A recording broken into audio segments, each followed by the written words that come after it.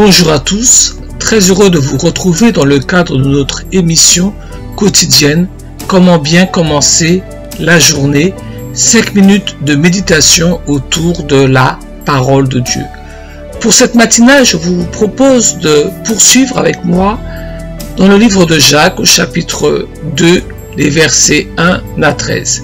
Si vous le voulez bien, écoutons maintenant la parole de Dieu. Mes frères, que votre foi en notre glorieux Seigneur Jésus-Christ soit exempte de toute acception de personne. Supposez en effet qu'il entre dans votre assemblée un homme avec un anneau d'or et un habit magnifique, et qu'il y entre aussi un pauvre misérablement vêtu.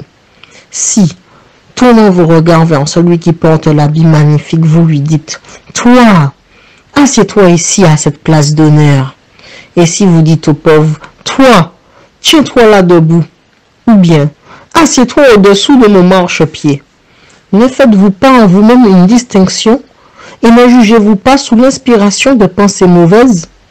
Écoutez, mes frères bien-aimés, Dieu n'a-t-il pas choisi les pauvres aux yeux du monde pour qu'ils soient riches en la foi et héritiers du royaume qu'il a promis à ceux qui l'aiment? Et vous, vous avilissez le pauvre. Ne sont-ce pas les riches qui vous oppriment et qui vous traînent devant les tribunaux? Ne sont-ce pas eux qui outragent le beau nom que vous portez? Si vous accomplissez la loi royale selon l'Écriture, tu aimeras ton prochain comme toi-même. Vous faites bien. Mais si vous faites acception de personne, vous commettez un péché. Vous êtes condamnés par la loi comme des transgresseurs. Car quiconque observe toute la loi mais pêche contre un seul commandement devient coupable de tous. En effet, celui qui a dit « Tu ne commettras point d'adultère » a dit aussi « Tu ne tueras point ». Or, si tu ne commets point d'adultère mais que tu commettes un meurtre, tu deviens transgresseur de la loi. Parlez et agissez comme devant être jugés par une loi de liberté, car le jugement est sans miséricorde pour qui n'a pas fait miséricorde. La miséricorde triomphe du jugement. Reconnaissons-le, le texte met les pieds dans le plat. Tout simplement parce que lequel d'entre nous n'a jamais été favorisé par camaraderie, par amitié. On a sournoisement, amicalement demandé à être favorisé. Et pourtant, nous avons tous déjà été victimes, sans nul doute, de situations où nous avons senti, été persuadés d'avoir été mis de côté parce que quelqu'un d'autre a été favorisé à notre place, que ce soit pour un job ou autre chose même. Et nous sommes souvent enclins à critiquer ceux qui pratiquent le favoritisme, à critiquer le favoritisme chez les autres, l'entre-soi, le caractère parfois communautaire, le philo, des choses que nous dénonçons à longueur de journée. Et pourtant, nous aussi, nous le pratiquons d'une certaine manière. Nous serions très heureux que notre enfant soit favorisé, par exemple, sur un job, parce que nous connaissons le directeur. C'est un copain, c'est un ami. Pourtant, le texte dénonce cela. Et particulièrement dans l'Église, notre attitude, notre comportement doit être juste et équitable, quelle que soit la personne présente devant nous. Et le cas pratique est bien énoncé. Il évoque le riche qui rentre dans l'église.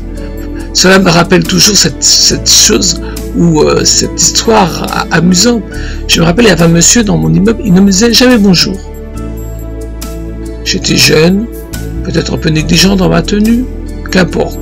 Mais un jour, je m'habille en costume pour une cérémonie importante. Et là, brusquement, il me dit bonjour. Il me regarde avec un grand sourire, ce qu'il n'avait jamais fait précédemment. Et c'est alors que j'ai pensé à ce texte de l'Écriture. Souvent, l'homme regarde à ceux qui frappent aux yeux. Est-ce que nous aussi, nous ne sommes pas ainsi? Le texte nous invite à aller au-delà. Car nous le savons tous, l'habit ne fait pas le moine. On ne doit pas s'arrêter à ce qui frappe d'abord aux yeux. Le pauvre, on veut le maintenir souvent dans sa pauvreté si nous regardons bien le verset 6. Faisons attention à cela. Faisons attention à cela. C'est ce qu'on appelle souvent la reproduction sociale, où on va toujours avantager, privilégier le riche et parfois même aussi sa descendance au lieu du pauvre, qu'on va mettre en seconde zone, derrière, caché même. D'où l'importance du verset 8. Écoutez-le de nouveau. Si vous accomplissez la loi royale selon l'Écriture, tu aimeras ton prochain comme toi-même.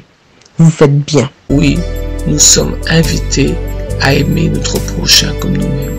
Oui, je dirais que nous sommes invités à avoir envers l'autre l'attitude que nous aurions aimé qu'il puisse avoir envers nous. Jacques est formel là-dessus. Mesurons toutes les fois où, peut-être, les uns ne se sont pas arrêtés pour nous dire bonjour, les uns ne se sont pas arrêtés pour avoir un comportement que nous aurions souhaité juste. Alors veillons toujours à avoir une attitude de considération, d'empathie, attentionnée envers ceux qui nous entourent. Aujourd'hui, nous allons passer une journée où nous allons rencontrer du monde. Cela nous coûte quoi d'être attentionné, d'avoir de l'écoute, d'être bienveillant, d'être miséricordieux. Faisons le pari que ce sera notre attitude de ce jour. Que le Seigneur vous bénisse et qu'il vous fasse du bien. Et soyez juste, équitable tout au long de cette journée. Et la grâce de Dieu va se répandre dans vos cœurs et aussi autour de vous. Tu aimeras ton prochain comme toi-même. Que le Seigneur vous bénisse. Allez, bonne journée. Au revoir.